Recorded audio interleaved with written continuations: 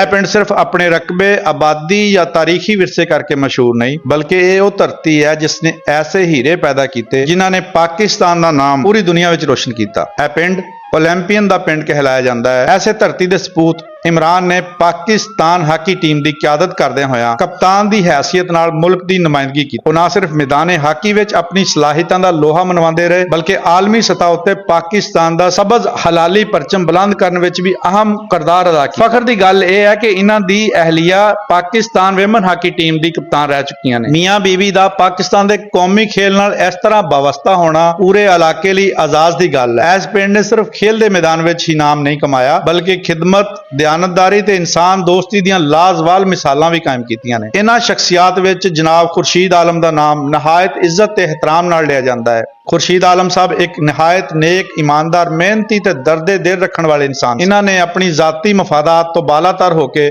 ਇਲਾਕੇ ਦੇ ਨੌਜਵਾਨਾਂ ਦੀ ਫਲਾਹ ਲਈ ਕੰਮ ਕੀਤਾ। ਇਹਨਾਂ ਦੀਆਂ ਕੋਸ਼ਿਸ਼ਾਂ ਨਾਲ ਤਕਰੀਬਨ 400 ਅਫਰਾਦ ਨੂੰ ਪਾਕਿਸਤਾਨ ਸਟੀਲ ਮਿਲ ਵਿੱਚ ਰੋਜ਼ਗਾਰ ਹਾਸਲ ਹੋਇਆ, ਜਿਸ ਨਾਲ ਸੈਂਕੜਿਆਂ ਖਾਨਦਾਨ ਖੁਸ਼ਹਾਲ ਹੋਏ ਤੇ ਇਹਨਾਂ ਦੇ ਘਰਾਂ ਵਿੱਚ ਰਿਜ਼ਕ ਦਾ ਚਿਰਾਗ ਰੋਸ਼ਨ ਹੋਇਆ। ਖੁਰਸ਼ੀਦ ਆਲਮ ਸਾਹਿਬ ਦੀ ਦਿਆਨਤਦਾਰੀ ਦੀ ਮਿਸਾਲ ਇਹ ਹੈ ਕਿ ਉਹ ਮਿਲ ਵਿੱਚ ਕਈ ਘੰਟੇ ਓਵਰਟਾਈਮ ਡਿਊਟੀ ਕਰਦੇ ਰਹੇ, ਪਰ ਕਦੇ ਵੀ ਉਹਨਾਂ ਨੇ ਓਵਰਟਾਈਮ ਦੇ ਪੈਸੇ ਨਹੀਂ ਲਏ। ਇਹਨਾਂ ਦਾ ਮਕਸਦ ਸਿਰਫ ਆਪਣੀ ਜ਼ਿੰਮੇਵਾਰੀ ਪੂਰੀ ਕਰਨਾ ਤੇ ਅਦਾਰੇ ਦੀ ਤਰੱਕੀ ਵਿੱਚ ਹਿੱਸਾ ਪਾਉਣਾ ਹੁੰਦਾ ਸੀ। ਉਹ ਪਾਕਿਸਤਾਨ ਸਟੀਲ ਮਿਲ ਦੇ ਇੱਕ ਕੀਮਤੀ ਅਸਾਸਾ ਸਾਬਤ ਹੋਏ, ਆਪਣੀ ਮਿਹਨਤ, ਲਗਨ ਤੇ ਖਲੂਸ ਨਾਲ ਅਦਾਰੇ ਦੀ ਖਿਦਮਤ ਕਰਦੇ। ਇਲਾਕੇ ਦੇ ਲੋਕ ਅੱਜ ਵੀ ਇਹਨਾਂ ਨੂੰ ਖੈਰ ਖਾਹ, ਮੁਖਲਸ ਤੇ ਅਵਾਮੀ ਖਿਦਮਤ ਦਾ ਜਜ਼ਬਾ ਰੱਖਣ ਵਾਲੀ ਸ਼ਖਸੀਅਤ ਦੇ ਤੌਰ ਤੇ ਯਾਦ ਕਰਦੇ ਨੇ। ਇਹਨਾਂ ਦੀ ਜ਼ਿੰਦਗੀ ਨੌਜਵਾਨ ਨਸਲ ਲਈ ਇੱਕ ਸਬਕ ਹੈ ਕਿ ਸੱਚੀ ਕਾਮਯਾਬੀ ਸਿਰਫ ਦੌਲਤ ਇਕੱਠੀ ਕਰਨ ਵਿੱਚ ਨਹੀਂ, ਬਲਕਿ ਲੋਕਾਂ ਦੇ ਕੰਮ ਆਉਣ ਵਿੱਚ, ਰੋਜ਼ਗਾਰ ਦੇ ਮੌਕੇ ਪੈਦਾ ਕਰਨ ਵਿੱਚ ਤੇ ਆਪਣੀ ਜ਼ਿੰਮੇਵਾਰੀ ਇਮਾਨਦਾਰੀ ਨਾਲ ਨਿਭਾਉਣ ਵਿੱਚ।